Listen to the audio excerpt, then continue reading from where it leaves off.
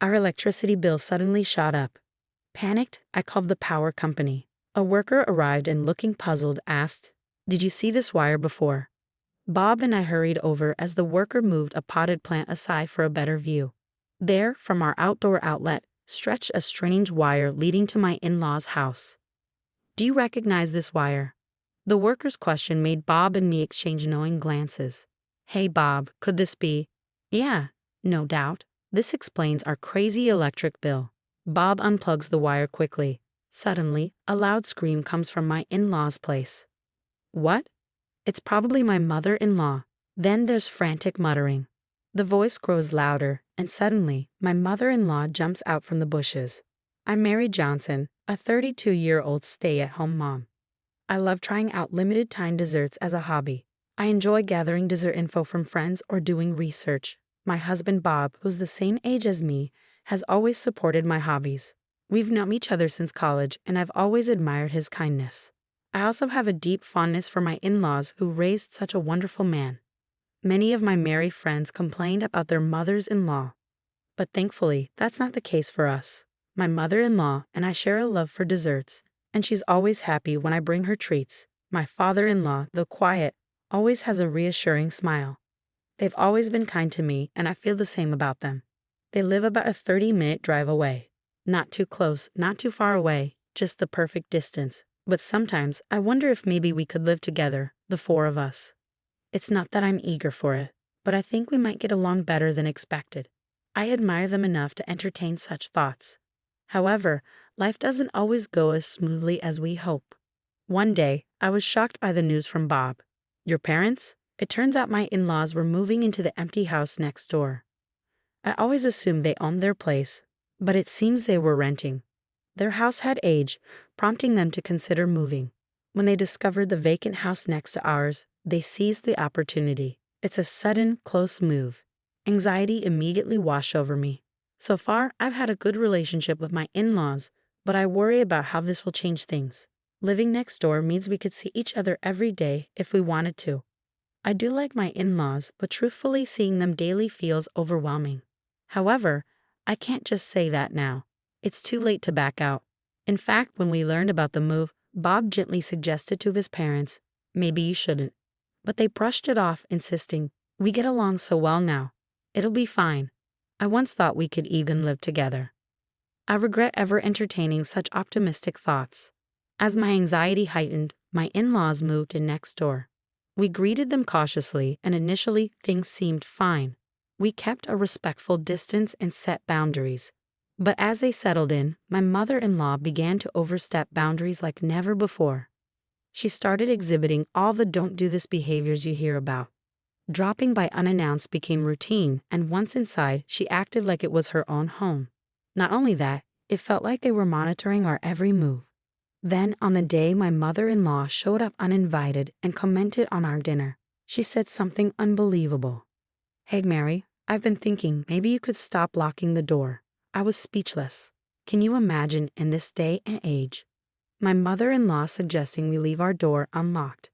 Not locking it means anyone could walk in at any time, which is not only unsettling but clearly unsafe. Since my mother-in-law moved nearby, even the sound of the doorbell makes my heart race. Now there's a chance she could just stroll into our house without us even noticing. That's definitely not something I'm comfortable with. Given the current circumstances, I have to admit, the thought of leaving the door unlocked is unsettling. Trying to keep the mood light, I politely declined with a smile.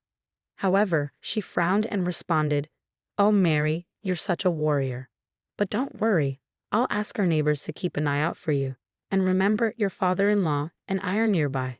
We'll be dropping in often." I know her intentions are good, and I appreciate that. That's why I couldn't bring myself to tell her how overwhelming her frequent visits had become. But everyone has their limits. Last week, it felt like she was always at our doorstep. Having tea with my mother-in-law every day at our house naturally leads to some tensions. I've come to realize that maintaining a healthy relationship between a mother-in-law and daughter-in-law is all about finding the right balance. She'd leave random potted plants in our yard or plant flowers without asking, as if she had free rein. If it happened once in a while, I could overlook it, but it became a daily occurrence. Since the door incident, she's brought it up multiple times. I managed to deflect her by citing my strong security concerns as a wife. However, once that was settled, my mother-in-law started asking for a spare key. I knew I had to get Bob to reject her request. Giving her such a powerful item now was simply not an option. Despite my disagreements with her behavior, I didn't exactly dislike her. She could be intrusive, but I understood it came from good intentions. Instead, I felt more guilty about turning her down than anything else. But over time, those feelings began to shift. Whether it was me, her, or both of us changing, I couldn't say. However, I started to feel uneasy and annoyed by her remarks. It was a few months after she moved in. By then, it had become routine for her to visit after lunch. I once inquired about my father-in-law, and it seems he typically goes for walks or shopping alone. I suggested she join him, but she declined, saying, "Walking tires me out." Lately, she's become a typical mother-in-law. Before, when I made her tea, she'd just say thank you. But now there's always a comment like, "It's lukewarm," or "It's weak." Every time she speaks, it's either gossip or speaking ill of someone. Being around her brings me down. But I can't exactly push her away, so I just nod and force a smile. It's not a great situation, right? The grass keeps growing, and they never cut it. I've even thought about mowing it myself. Today, my mother-in-law was passionately discussing a neighbor's consistently neglected yard, so I was like, oh, when she suddenly stopped talking, I instinctively followed her gaze to the bookshelf. Did she find a book she liked? It'd be peaceful if we can just read together. Did you find a book you're interested in? As I was about to approach the bookshelf, she reached past it, grabbing something from the rack next to it. Susan, you shouldn't touch that. Upon seeing what she took, I quickly reached out, but she innocently opened it, then exclaimed with delight, "Oh my Mary dear, oh dear, didn't you overspend last month? Goodness, your electricity bill is twice as much as ours." What? My mother-in-law was looking at, as if she were reading a weekly magazine, was our household account book. Stop, give it back. When I quickly took it away, my mother-in-law chuckled softly. You really don't have to be so flustered. But Mary, it seems like you're not so good at saving money. Bob must feel bad having a wife who struggles with budgeting. You should try a bit harder, okay? My face burned with embarrassment as my mother-in-law boldly opened the household account book, clearly labeled on both the front and back covers. I was incredulous. Regarding the desserts, I have a soft spot for limited edition treats too, so I understand the temptation. But if you can't save a dime, do you truly deserve to indulge in sweets? Adding to the frustration, my mother-in-law kept on nagging, criticizing our spending on food and a skyrocketing electricity bill. She even boasted about her own frugality. After her tirade, she seemed content and left. Once she was gone, I was overwhelmed with emotion and couldn't stop crying. The built-up stress likely played a role as well. I had reached my breaking point. I cried uncontrollably until Bob returned home. You don't have to take Mom's criticisms to heart, he reassured me, though I found it easier said than done. I'm really sorry. I'll talk to Mom and ask her not to visit as often, he added, comforting me. After I had calmed down a bit, I decided to address another concern that had been weighing on me, the soaring electricity bill, as pointed out by my mother-in-law.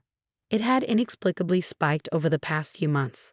I was worried about it, but dealing with my mother-in-law had consumed all my attention. Bob examined the details of the electricity bill, puzzled. This is definitely unusual. I know, right? The next bill is due soon, isn't it? If it seems off again, we should contact the electric company, I suggested. A few days later, a bill arrived, shocking us with a whopping $1,300 increase, more than double our usual amount. Sensing something was wrong, we quickly arranged for a technician from the electric company to visit.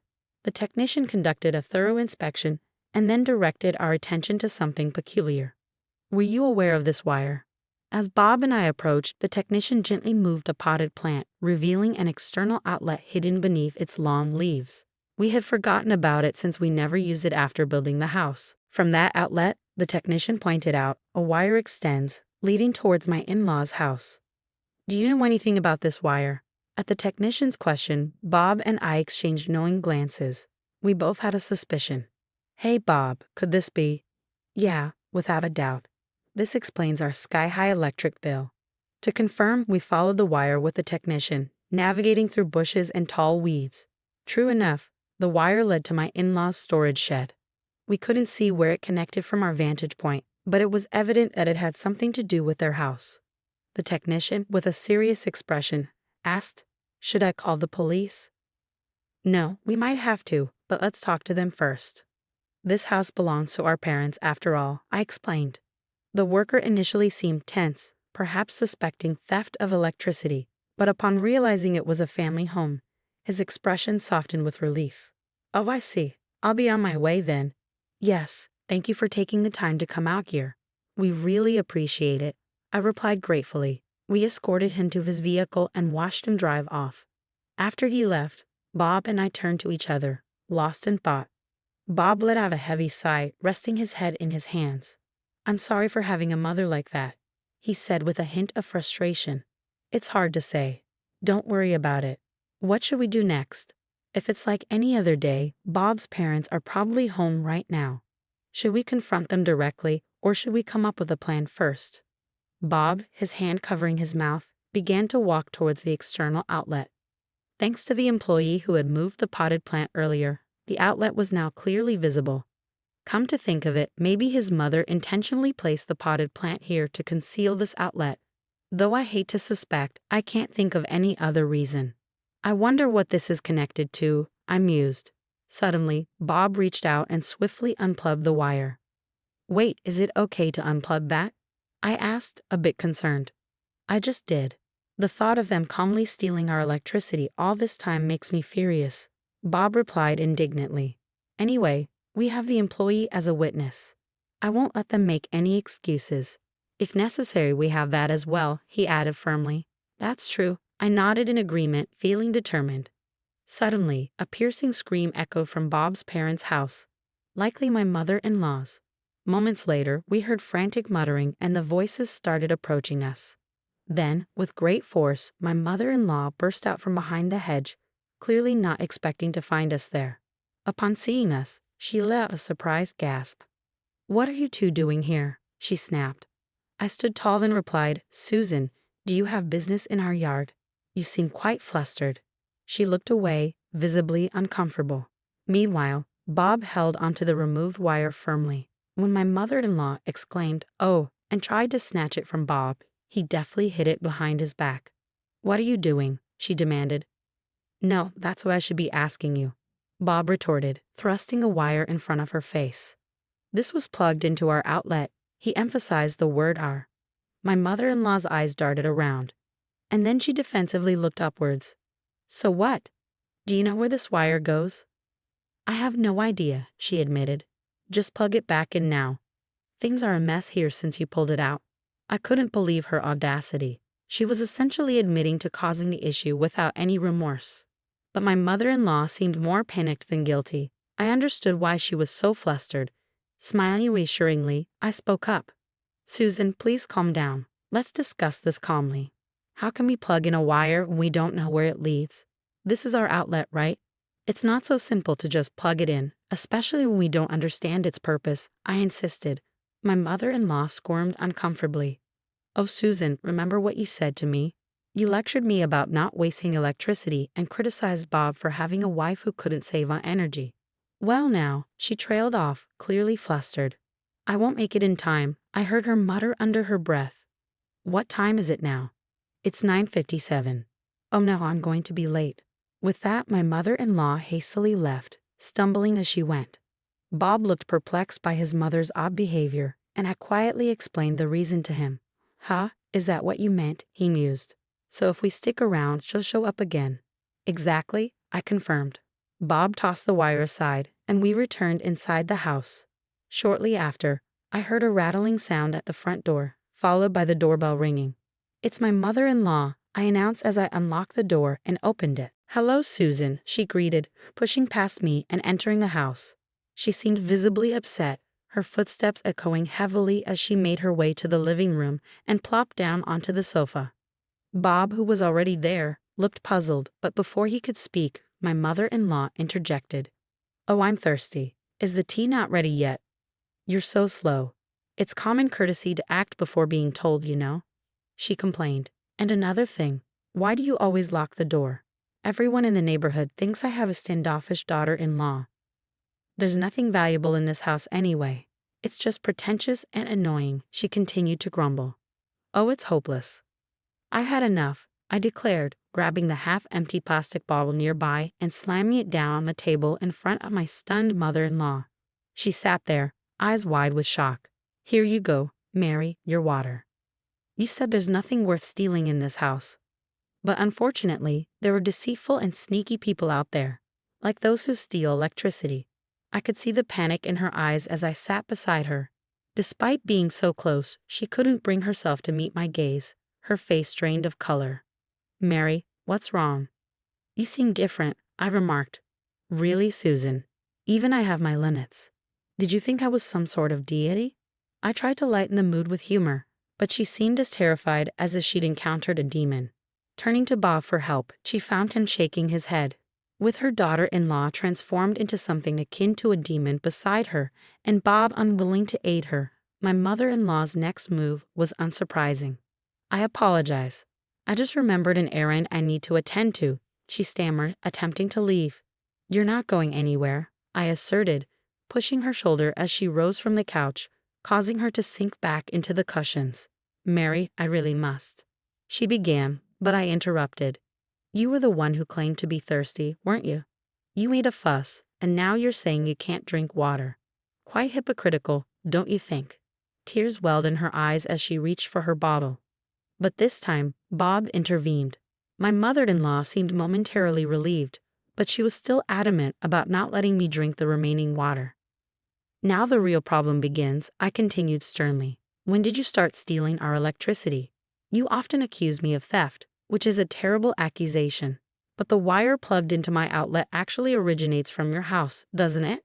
My mother-in-law struggled to come up with a plausible excuse, opening and closing her mouth several times as she pondered how to extricate herself from the situation. To be honest, she's backed into a corner. Is she clueless? All she has to do now is up to it and say sorry. I mused, but it seemed fate had thrown my mother-in-law a lifeline. The doorbell rang, and upon answering, I found my father-in-law standing there. Is Susan around? Apparently, he had stepped out for a quick shopping trip. Returning home, he found the front door unlocked and the TV still on, but his wife was nowhere to be found. Understandably, he was concerned. Spotting her chance, my mother-in-law rushed to him, tears streaming down her face. My father-in-law looked rather embarrassed by his wife's distressed state. Sensing the need to clarify everything, Bob stepped in and recounted the situation from the beginning. After pondering for a moment, my father-in-law began to speak slowly. Isn't there some misunderstanding? Naturally, he found it hard to believe that his own wife had been secretly tapping into their son's electricity supply. Then who did the wiring? Do you think a stranger would go through the trouble of connecting someone else's wiring to another house? My father-in-law pondered, crossing his arms in thought. Eventually, he nodded and suggested, let's go take a look first, rising from his seat. However, my mother-in-law, clearly flustered, attempted to intervene. Ignoring her protests, my father-in-law asked Bob to guide him and headed towards the power outlet. The wiring disappeared into a storage shed, out of sight from where they stood.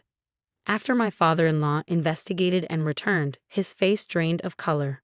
I'm deeply sorry. Please apologize to them, he urged, while my mother-in-law muttered her apology like a child. He explained that the wires led to a battery connected to my mother-in-law's computer via an extension cord. She had purchased the battery when she moved to a new house, intending to use it for emergencies. However, a salesman had advised her that storing electricity during cheaper nighttime hours and using it during the day was cost-effective. So she began using our house's electrical outlet to store electricity at night and power her home during the day. Initially, she only used it for that purpose, but as her extension cord had an extra socket, she started plugging in her computer and other appliances. Eventually, she was drawing electricity from our house all day long. When confronted, she defended herself, claiming she thought it was more economical. I was not only upset about her unauthorized use of our electricity, but also enraged by her hypocrisy. You often criticized Bob for having a wife who can't save money and mocked my spending habits on sweets, didn't you? I reminded her. Her lack of remorse was glaring. Saving money on your electricity bill by using someone else's electricity isn't saving money. It's theft, I admonished. "And I won't overlook this just because we're family. If you don't sincerely apologize, we'll have no choice but to involve the police." My mother-in-law looked taken aback. Did she honestly believe she could get away with it? "What kind of wife are you? Are you willing to betray your own family?" I retorted sharply. "Let's not distort things. We're a family, and we just want to ensure everything is fair," I countered. As I reached for my phone, she panicked and lunged towards me, but Bob intercepted her. "You have no evidence," she protested desperately. "With all this evidence, do we need more? If so, we can provide something even more conclusive," I declared, gesturing towards the roof. My mother-in-law strained to see, and her face drained of color. Yes, our house had security cameras installed, and by chance, the area around the outlet fell within their range. My mother-in-law let out a soft gasp of distress. "Is this proof enough?" I questioned. "Oh, and one more thing. Is there something else?" I added. "You were in a hurry today because of the limited edition dessert release, weren't you?" I teased, flashing a sly smile. "Indeed. I had a friend purchase it for me, so I managed to secure it safely. If you hadn't been so fixated on siphoning electricity, you might have been able to order it online." "What a pity," I remarked. My mother-in-law collapsed to the ground, trembling and defeated. After discussing it with Bob, we decided against involving the police. While she had confessed and we had evidence, it seemed more trouble than it was worth. Plus, considering she was family, there was a chance it would be overlooked anyway. Instead, we agreed that my in-laws would cover the electricity they used and provide additional compensation for the inconvenience caused. Despite the inevitable awkwardness of living in close proximity, it was a necessary step for my peace of mind. As tensions rose, our interactions with my in-laws dwindled. Then we received unexpected news. They decided to move back to their previous house. Rumors about electricity theft, particularly involving my mother-in-law, had spread, deeply upsetting her. She tearfully expressed her desire to return to their old home. Surprisingly, I discovered that my mother-in-law didn't have the strong relationships with her neighbors that I had assumed. Instead, she was treated delicately, like a fragile object. After covering the compensation and moving costs, my in-laws found themselves financially strained. However, we made it clear that we wouldn't be offering any financial assistance. It's up to them to adjust their spending habits and manage on their own. With my mother-in-law gone, I've been enjoying life to the fullest each day. Our electric bill has significantly decreased, and now I'm contemplating which dessert to indulge in next.